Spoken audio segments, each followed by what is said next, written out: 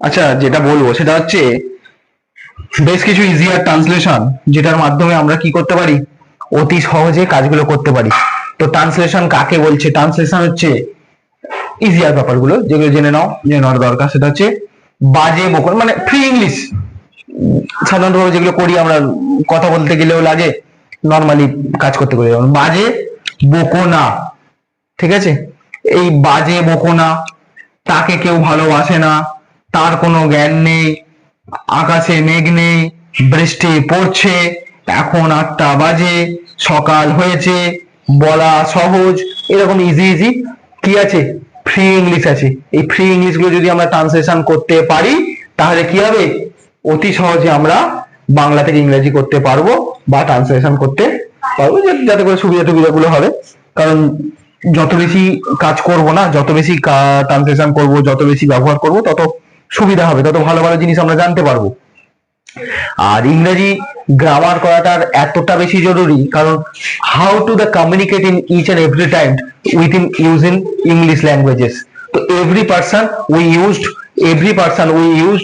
English languages, every person we used English languages to everyone the communicate in English. How did the managed it? How did it the possible?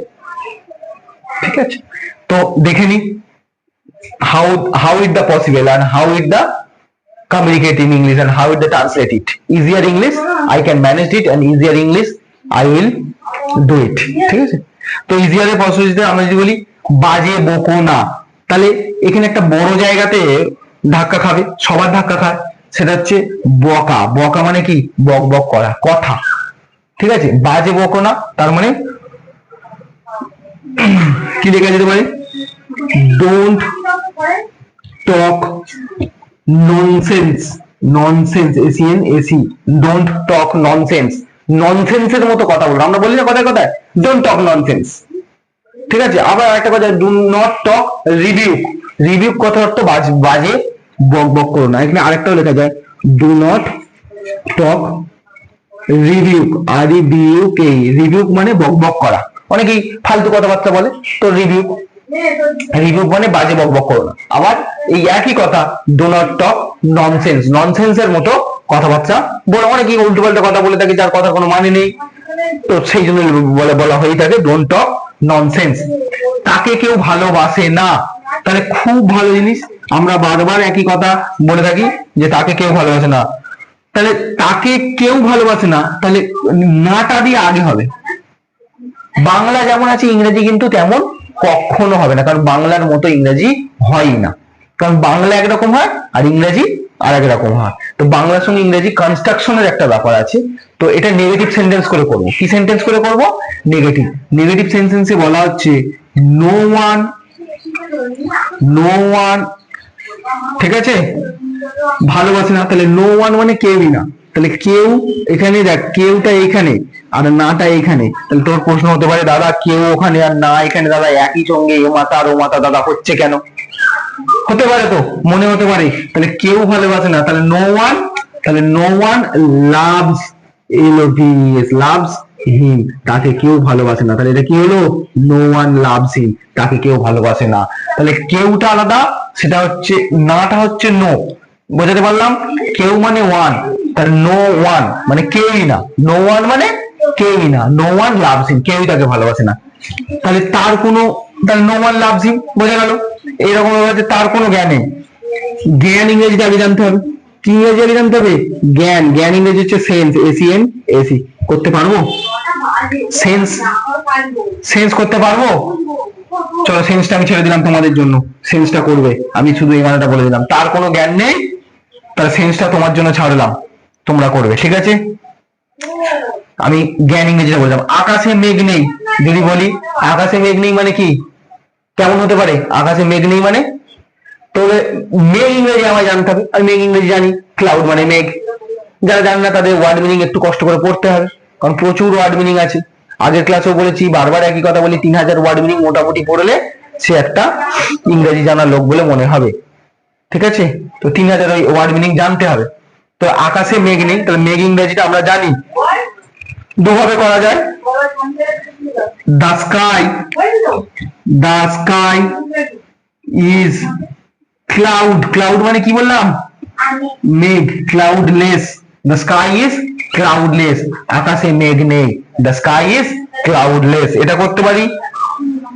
আবার এরকম করতে পারি, there is no, there is no cloud, there is no cloud in the sky, there is no cloud in the sky, সেভাবেও হয়। তাহলে the sky is ক্লাউডলেস, তাহলে আকাশে মেঘ নেই, হলো কি দ্য স্কাই ইজ ক্লাউডলেস, আকাশে কি নেই, মেঘ নেই। আরেকটা হতে পারে there is no cloud in the sky, আকাশে কোনো মেঘ নেই। দুভাবে করা যায়। ইংরেজি যে সবসময় একই নিয়মে করতে হবে এমন কোনো কথা নেই, ইংরেজিকে ট্রান্সলেশন করে নিজের মতো করে করা যেতে পারে, ঠিক আছে। আচ্ছা, বৃষ্টি পড়ছে, খুব সহজ। বৃষ্টি পড়ছে ইংরেজিটাতে না খুব ভালো ভালো একটা জিনিস, সেটা হচ্ছে বৃষ্টি পড়ছেতে কোনো সাবজেক্ট নেই। বৃষ্টি পড়ছে নর্মালি রোজই বৃষ্টি পড়ে, তো বৃষ্টি পড়ছে সাবজেক্ট নেই, তাহলে it's it's raining, it's raining, তাহলে কি হচ্ছে বৃষ্টি পড়ছে। এখন 8টা বাজে, নাও, নাও মানে এখন, নাও 8 EIGHT 8 ও ক্লক, এখন বৃষ্টি 8টা বাজে, নাও 8 o'clock। 4টে বাজলে নাও 4 o'clock। AM PM লেখার দরকার নেই, যদি সকাল 8টা বাজে বলতো তো তাহলে আমি বলতাম নাও 8 AM, ঠিক আছে, নাও 8 AM o'clock, তখন আমি AM কথা বলতাম। এখানে তো শুধু 8টা বলেছে, কোন 8টার কথা আমায় বলেনি, কোন 8টা বলেছে আমাকে, সকাল 8টা না রাত 8টা বলেনি, তাহলে আমাকে বলেছে কি এখন 8টা বাজে, নাও 8 o'clock, ছেড়ে দেবো।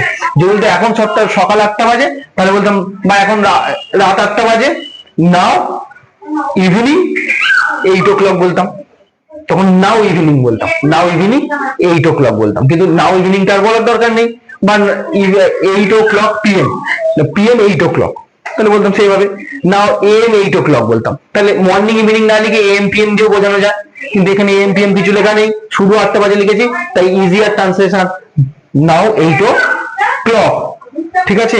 সকাল হয়েছে, ইটস মর্নিং, সকাল হয়েছে, ইটস মর্নিং, বুঝতে পারলাম। নাও সরি ইটস মর্নিং, সকাল হয়েছে, বলা সহজ। লোক অনেক কথাই বলি না, কাজে করা বলা সহজ, করে দেখাও, কথায় কথা বলি না যে কাজ করে দেখাও, বলা তো সহজ। It is easy to say, it is easy to say, এটা বলা সহজ, it is easy to say, ঠিক আছে।